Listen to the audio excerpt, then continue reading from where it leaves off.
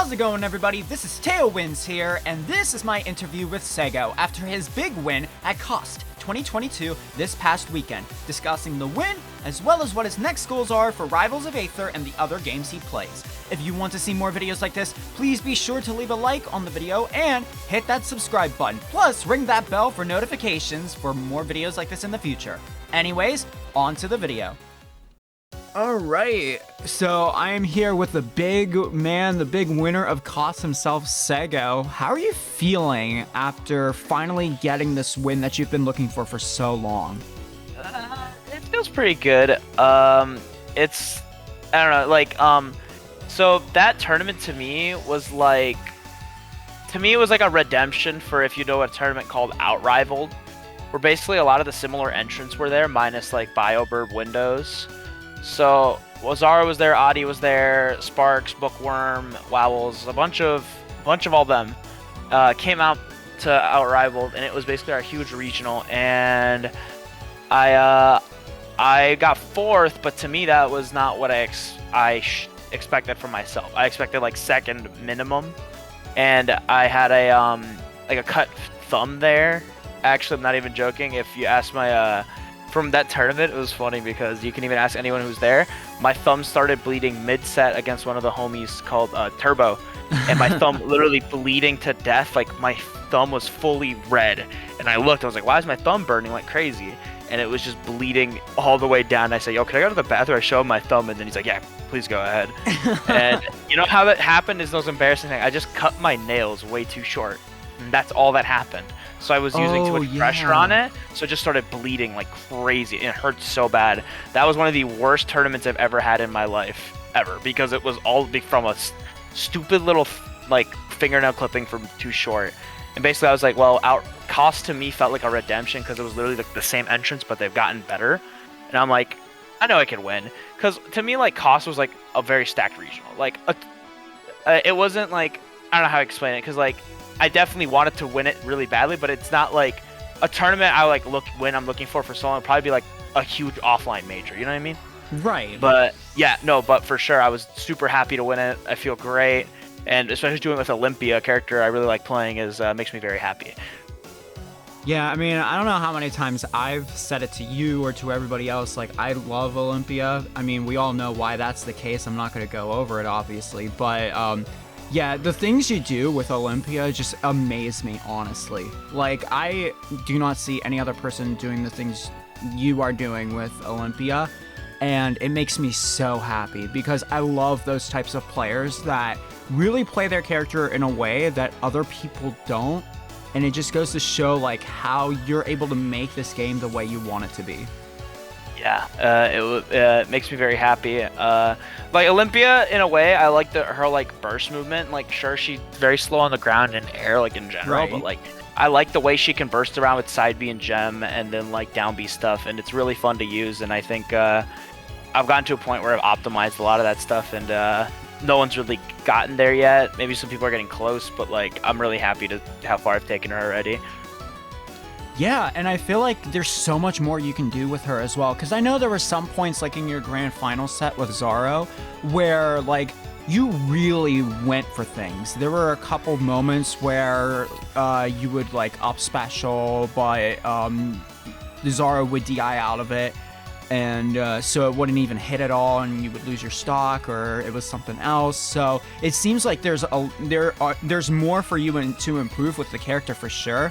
But based on the fact that you took a whole tournament with just Olympia already, goes to show in my mind that there is way more that we have to see from you. Yeah. In that set with Zaro, I felt like I couldn't. So here's how I see it. If I take it way too seriously, I feel like I get really nervous and do like really super like, well, what's the word? Like, too patient sometimes, like, and especially with the case of Zaro and the way he plays, a very like, because he can be pretty patient sometimes, but for the most part, he's usually just pressing a lot of buttons, because that's just how Orcane is. He's very lagless with all of his moves. Right. So he kind of like can't really overthink it too much. Yeah. So basically, in that set, I would go for a lot of funky little like, just try things, like go for really hard up in the blast zones and see if they'll kill, or like see if I can catch them. and that was when I was being a little too casual about it, because not like as in like, oh, I don't need to be like at like my best. What I'm trying to say is like try to go for like weird options, like top players won't expect it, and that's why I went for like up piece like in the blast zone. Just he dodged it, like he's like, what the fuck are you doing? And I'm like, oops. And then I died for it a lot. And in game 2, which I was really upset about in set 1, I had this like, really good conversion going, and I hit him with the uppie, and he lived in the blast zone because it was gates, and like fair enough. And then I messed up my recovery because I was at 0, and then I tried to do like a side B to wall, side B back to stage, because it's like nice and it's just like whatever. But I definitely could have just uppie back, but I side beat and it killed me. So I was like, rip. And stuff like that was kind of rough in that set, but that set was a little hard. But I mean, that's why I was in winter side of Grands. I still had time to adapt and think about what I could do to beat Zaro there, because like you can't I don't know how to explain it, because like you can't let emotions get the better of you. Yeah, basically, but it's like kind of like in the way of like, don't let the first set really dictate that much of what you think would happen for the rest of the tournament. Yeah, I agree. Because like I got kind of bodied in a lot of those games in the first set, but that doesn't matter. It doesn't matter because I still have another set to play with. If I'm winning, then it matters because I can just end the tournament. The issue was I kind of was struggling after game 2 because of the SD and stuff, and then he just started to like put the pedal to the metal, and then I was not catching up. I was just falling behind.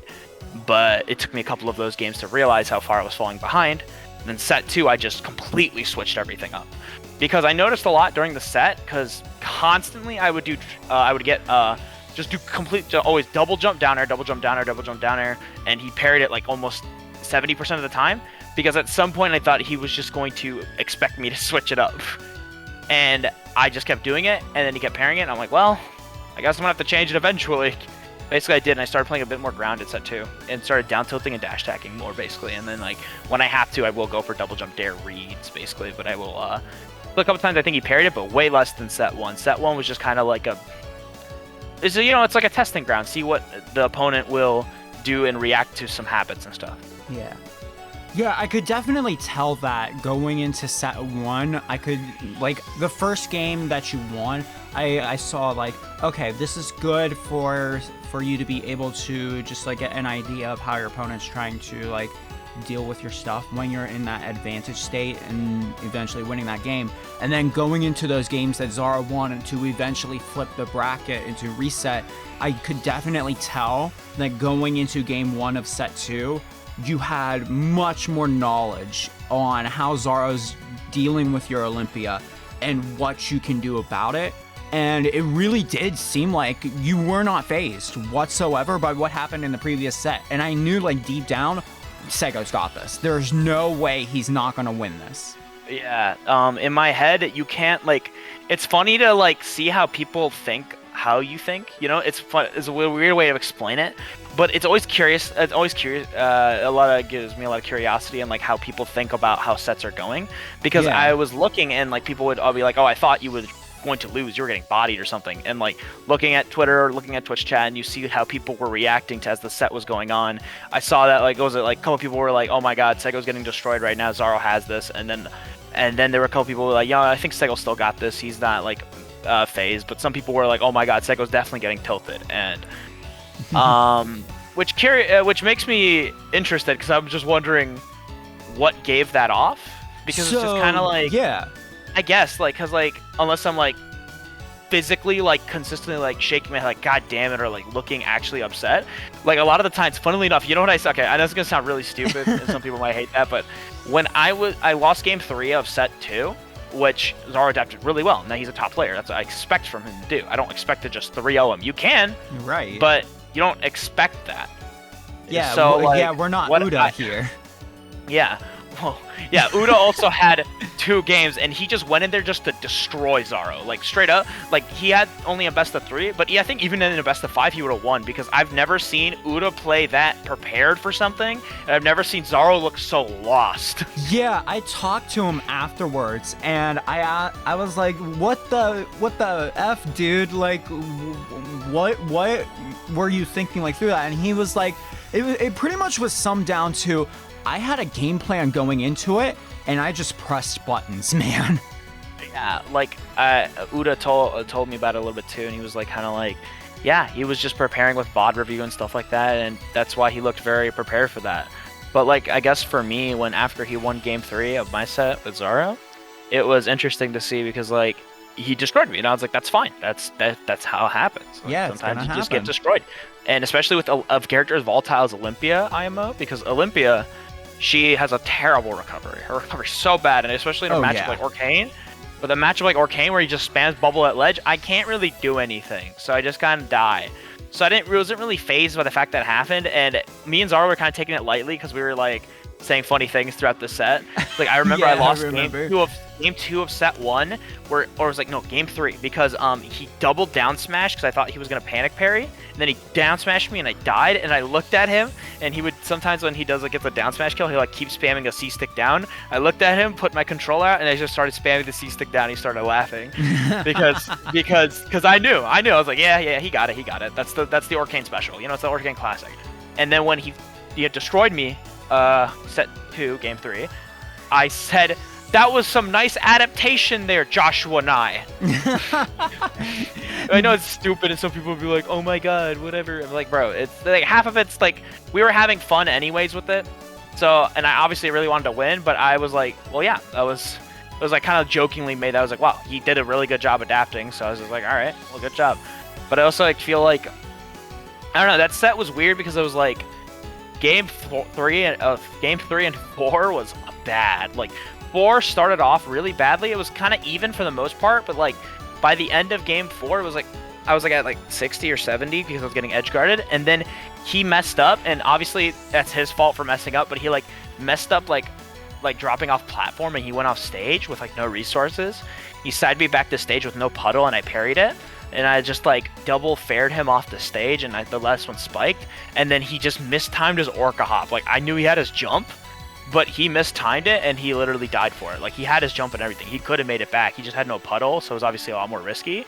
But yeah, he messed it up, and I died, and he died, and I won the tournament. But yeah, that was interesting. And I really love how there was that banter between you guys, even throughout the set. Like, it was grand finals, and you two were just joking with each other the entire time. And that's something I try as hard as I can to tell people about. Like, I was talking to Thronork about it, actually, beforehand, and basically saying, like, you cannot take this kind of stuff too seriously. Yes, it is very important. Obviously, you want to do your best and you need to be serious, of course, but you don't want to take it too seriously to where it's going to mess up your emotions, because because you do not want this kind of stuff dictating how you play. And I feel like you are a pinnacle example of that, and so I love seeing you on camera every time in these majors, and this was just another great example of that sentiment, that being positive even in the roughest of times is always a good thing to do. Yeah, I feel like people don't understand that half the game in these tournaments is not even the game itself. It's outside the game, and it's not like if you're getting tilted over someone joking with you, or you're getting tilted about like a little like talk in between games, it's not like during games. I'm not talking to him during the game. I think that would be like messed up. This is in between games. We have downtime. We're banning stages. It's whatever. There's time to make jokes. I think it's fine. And I feel like people take things too seriously, get a little too butthurt about it, and it's a little weird to see. I don't know. I feel like that's a little weird to me. I feel like if you're getting tilted over that, I feel like you're not going to make it too far in a tournament environment like that. If you're just getting upset over because I've seen people get frustrated when someone talks to them like mid-set, and I'm just like, I don't know. I don't see what's so frustrating about that. It's not like in game, middle of a game, but like if I'm like best friends with someone, I'll do that with like I did it with Sparks. Like I'll talk like mid-set, like people were like, holy shit, what you did was sick. And I was like, yeah, what you did was sick. And like me and Sparks would basically say that mid-set in game. But me and Zaro, we were playing in tournament, and it was like between the games, I like keep my demeanor up, be happy about it, because like at the end of the day, this is just a video game. I'm not like, I don't have a great mindset when it comes to this stuff, and I can get very tilted easily. But like me being able to talk to my opponent, kind of have fun with it, gives me a way to kind of like calm down and not think too much about the game. and like not be super upset. So I feel like people need to realize that, like, also like popping off in a way, because like I have a lot of emotion and I pop off a lot, and you know, that's just me, and some people are like that. And I feel like, I don't know, people don't people get like, if they're like popping off like after a game and they're like, oh my god, this guy's getting so excited, I'm getting upset that he's so excited, like, well, I don't know what to tell you, bro. That's really all I gotta say, I guess, because like, I mean, that's just, again, part of the game is not even the game itself, it's the environment, you know. And that's really how it is. I'm all about it. I mean, Yeah. it was a historic moment. You finally got that major win that you've been looking for, and all that emotion finally came out. And I was so happy for you with it. I mean, there's a reason why in the video I say that this pop-off you had could potentially be a close second after Cake Assault's pop-off at Riptide, because there was not only there was a story behind it, there was so much emotion. I mean, you almost flipped a couple chairs. You almost pushed me over, and on top of that, you even got in a little bit to talk about your sponsor Spreadshirt for a second, and I was like, "This is the next H-Box." Oh my god. Yeah, I mean, so to talk about the first point, unfortunately, I wouldn't consider Costa major, and I think most people still wouldn't. It's close, but the issue is that we don't have a lot of it's only the only top 10 players there are like me and Zaro, and then there's like a major to me is like, obviously like they released the new ranking system. Cost is like kind of close-ish, but it's more like an incredibly stacked regional, and that's what it was. Exactly, and that's why I call it a major win, because this was so stacked, and we had so many upsets on top of it. Like, this was not an easy tournament for everyone involved. I mean, other than you, because you swept through winner's bracket until winner's grand finals. Yeah. But yeah, I feel like it's a big win for you, honestly. You've, like, as far as I remember, you've been looking for this, and to finally see you get this goal, what's next? You know, there's gotta be another step to that ladder. So what's the next big goal you have in mind? I mean, to me, after, like, it was a long time ago, but like my goal a long time ago, since I've always been really close and I eventually did it, was to win an online RCS major. That to me was my big goal. And eventually completing that in, I don't know, it was, I think, season 4 or season 5, one of them seasons. And winning RCS Water was like surreal to me, and winning that was like my first big stepping stone, and getting top 10 was also that stepping stone. But to me, my next big step, I guess, if you're talking about this game, would just be winning an offline major, like an actual major, like a Riptide or a Genesis or something like that. That would be the next goal. And honestly, after that, I don't even know what I'll do next with Rivals, because that's everything I want to do. It's just the offline major now, because my goal was to be, I mean, I wanted to play the workshop cast, I wanted to play Olympia, be the best one, and I mean, I'm already easily the best one. I don't really think there's no contest. Yeah, like, so it's like, the only other goal I have left is, I don't know, I guess, honestly, like, after winning, if I ever win an offline major, it would be like, just, I don't know, have fun with the game. I might even, like, I was thinking about it after the season, maybe even play random, like, just for an entire season, see what happens. Because that would be hilarious. Yeah, because I think after I win an offline major, if that ever happens, that seems like the only goal that I've had left to be accomplished. Obviously, the other one's best in the world, but honestly, I don't really know if I want that, because I feel like the title of best in the world, someone I feel like, for me, already playing Olympia, a character that's not particularly considered hype by most people, and like people would not really like watching it. And I feel like already being if I was the best player and I consistently won a bunch of tournaments and never really lost, people would hate watching me, and then just, it would be kind of take a toll. I wouldn't really like the idea of being the best in the world. I would like to be close to the best player in the world. And honestly, that one season where I got 4th ranking was like my favorite season, obviously, because I was like highest ranked and I was super top level threat, which was made me really happy. But I guess besides Rivals, to me, after the offline major win, it'd probably just be keep playing Nick. That game is to me is my favorite thing right now. It's really fun. There's a lot of like kind of like a bad stigma around the game, but after a lot of the patches, the game is genuinely really fun, and I enjoy it more than Rivals, if I'm gonna be real. I play Rivals because Olympia is fun to me. That's kind of why I'm playing right now. I was considering not even like going to Cost at some point because I was like, I got invited to it, so that's kind of the main reason I went. But like, I was like, there's no Nick, there's nothing there. I really like, it's just Rivals. Like, I don't really feel like it was, to me, it was that what I wanted to do.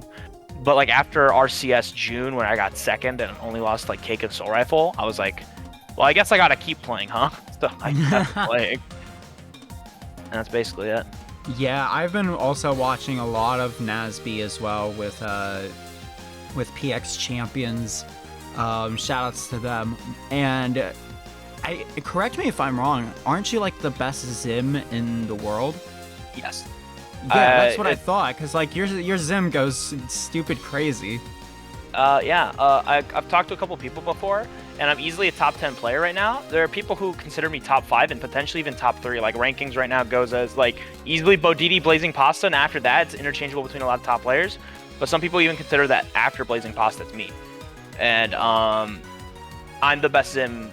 Like, there's a lot of good Zim players, since it's the most it's the most like character. I mean, that's the character used the most in competitive play is definitely Zim. And he's the most used character, and it's just people really like Zim, so that's why he's so populated. But yeah, I'm the best Zim in that game, and I'm pretty high ranked, and it's very fun. And it's not even because I'm having fun because I'm a high ranked player. I'm actually enjoying just a bunch of the other characters, the mechanics, and how the game feels. I think it's the fastest plat fighter out there, and I love a lot of the mechanics like teeter, and I think the ledge mechanics in that game is some of my favorite I've seen in a plat fighter ever. It's like, it's Slap City, but like you could actually air dodge the ledge and still have invincibility, and that's what I love about it. And I think it's amazing. I think stuff like that in NASB is really fun, and I think people just kind of overlook some of that because they're like, well, the game kind of looks bad, and there's a lot of bad stigma around the game, like infinite combos, basically, and that's just not how it is right now, and I really enjoy the game. It's really fun.